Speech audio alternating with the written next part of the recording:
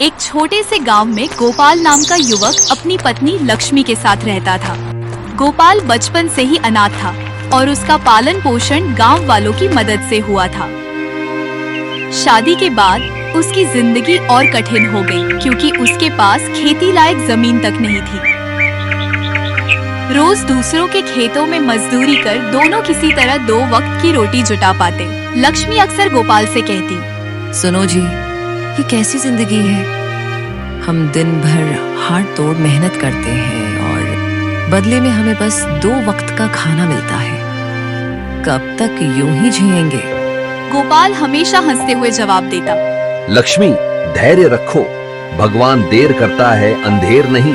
एक दिन हमारी किस्मत जरूर बदलेगी। लक्ष्मी अक्सर आंसू भरकर कह देती, आपके भरोसे मैंने 7 साल काट दिए, लेकिन न पैसा आया न संतान। घर सूना है, जिंदगी सूनी है। वे दोनों यूं ही दुखी मन से बैठे थे कि अचानक दरवाजे पर आहट। गोपाल ने दरवाजा खोला तो सामने एक बुजुर्ग साधु खड़ा था। बेटा, मैं दूर से आया हूँ, बहुत भूखा हूँ। क्या तेरे घर में खाने को कुछ मिलेगा? गोपाल चौंका। घर में केवल आधी थाली खिचड़ी बची थी। वह लक्ष्मी की ओर देखने लगा। लक्ष्मी ने गहरी सांस ली और कहा, जो हमारे नसीब में है वही खा लेंगे। ये आधी खिचड़ी इन्हें दे दो। गोपाल ने खिचड़ी साधु को दी। साधु मुस्कुराया और बोला, बेटा, तेरी दया का फल तुझे जल्द मिलेगा। यह कहकर साधु चला गया।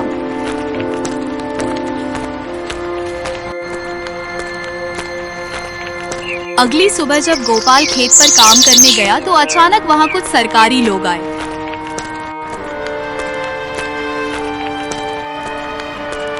उन्होंने गोपाल से पूछा, क्या तुम गोपाल हो? गोपाल ने घबराकर कहा, हाँ, लेकिन क्यों? तुम्हारे पिता ने, जो वर्षों पहले शहर में नौकरी करते थे, एक बचत योजना में नाम लिखा था। उसकी रकम अब तुम्हें मिलने वाली है। रकम है पूरे 5 लाख रुपए। गोपाल के पैरों तले जमीन खिसक गई। वह खुशी से पागल हो गया। लक्ष्मी ने भी भगवान का धन्यवाद किया और दोनों ने निश्चय किया कि अब वे गरीबी से मुक्त हो जाएंगे। कुछ ही दिनों में गोपाल की गरीबी दूर हो गई, पर एक रात उसे सपना आया। सपने में वही साधु दिखा और बोला, गोपाल, यह धन केवल तुम्हारा नहीं, गांव के कई लोग भूख से मर रहे हैं। अगर तुमने यह धन सिर्फ अपने लिए रखा तो अनर्थ होगा। सुबह उठते ही गोपाल ने यह सपना लक्ष्मी को सुनाया, लेकिन लक्ष्मी बोली, नहीं जी, हमें पहले अपने दुख दूर करने हैं। दूसरों के लिए सोचने बैठ गए तो हमारा जीवन कैसे सुधरेगा? गोपाल असमंजस में पड़ गया। कुछ दिन तक वह चुपचाप धन अपने घर पर रखे रहा, मगर उसकी आंखों के सामने गांव के लोग गरीबी से तड़पते दिखे तो उसका मन विचलित हो गया। अरे भाई, क्या बताऊं, घर में खाने के भी लाले पड़े हैं, बच्चे भूखे हैं। गरीबी ने हालत बहुत खराब कर दी है। हाँ भाई, मेरा भी यही हाल है। अब मैं क्या करूं? आखिरकार उसने फैसला लिया और गांव वालों को बुलाकर बोला,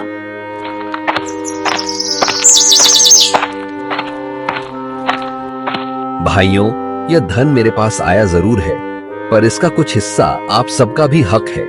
आइए मिलकर इसे सबके काम में लगाएं। गांव वाले उसकी ईमानदारी देखकर फूले न समाये। उन्होंने मिलकर उस धन से गांव में कुआं खुदवाया, एक छोटा स्कूल बनाया और अनाज की दुकान खोली जहां गरीबों को सस्ता अनाज मिलता। धीरे धीरे गांव का चेहरा बदल गया। गरीबी और भूख मिटने लगी। गोपाल और लक्ष्मी के पास अब उतना ही धन था जिससे वे सुकून से जी सके। एक रात अचानक वही साधु फिर उनके दरवाजे पर आया। बेटा गोपाल, तूने अपनी नीयत साफ रखी, लालच नहीं किया, इसलिए मैं तुझे आशीर्वाद देता हूँ। अब तेरे घर संतान सुख भी आएगा और जीवन में कभी धन की कमी नहीं होगी।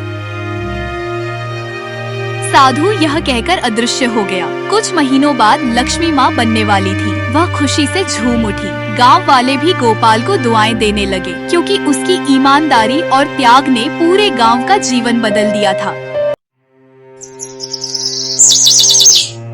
राजापुर नाम के छोटे से गांव में एक गरीब मगर दिलदार किसान हरिशंकर अपनी 2 बेटियों कविता और नैना के साथ रहता था। उसका घर मिट्टी का था, छोटा सा आंगन और एक प्यारा सा परिवार ही उसकी सबसे बड़ी पूंजी थी। रात अचानक मौसम बदल गया, तेज हवाएं चलने लगी, बादल गरजने लगे और मूसलाधार बारिश ने गांव को हिला दिया। हरिशंकर का छोटा सा खेत पानी में डूब गया। सारी मेहनत, सारी फसल बर्बाद हो चुकी थी। सुबह होते ही हरिशंकर आंगन के कोने में चुपचाप बैठा रहा। चेहरे पर मायूसी और आंखों में आंसू थे। अब क्या होगा बेटा? सब खत्म हो गया। नहीं बाबा, सब खत्म नहीं हुआ। जब तक हम हैं, सब ठीक होगा।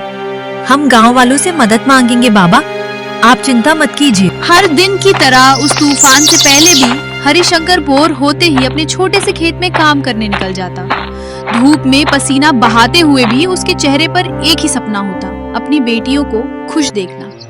तालाब किनारे कविता और नैना खेलती, हंसते हुए फूल तोड़ती, पानी में कंकर फेंकती। गांव की मिट्टी में उनकी मासूम हंसी गूंजती रहती।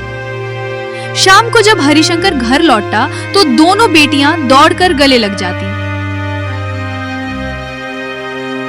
बाबा देखो, हम आपके लिए आम तोड़ कर लाए हैं। और ये रंग बिरंगे फूल भी देखो ना, कितने सुंदर हैं। तीनों साथ में चारपाई पर बैठकर मिट्टी के चूल्हे पर बनी साधारण रोटी खाते, लेकिन उस छोटे से भोजन में भी बड़ा सुख छिपा होता। बताओ बेटा, तुम दोनों बड़ी होकर क्या बनोगी?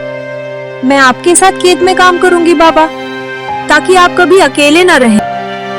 और मैं गांव की सबसे अच्छी सिलाई मास्टरनी बनूंगी, ताकि अपने हाथों से आपके लिए नए कपड़े सी सकूं। हरिशंकर की आंखें गर्व और प्यार से भर जाती। वो सोचता, मेरी बेटियां ही मेरी असली दौलत हैं।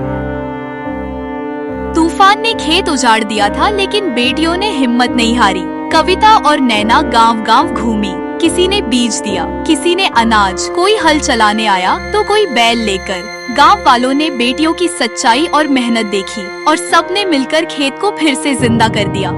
कुछ हफ्तों बाद खेत फिर से हरा भरा हो गया। हरे भरे पौधे, मिट्टी की खुशबू और उगता हुआ सूरज, मानो जीवन फिर से लौट आया हो। जो बेटियां किसी के लिए बोझ होती हैं, वही मेरी ताकत बन गई। घर में दिवाली जैसा माहौल था। हरिशंकर का टूटा हुआ मन अब आशा से भर चुका था।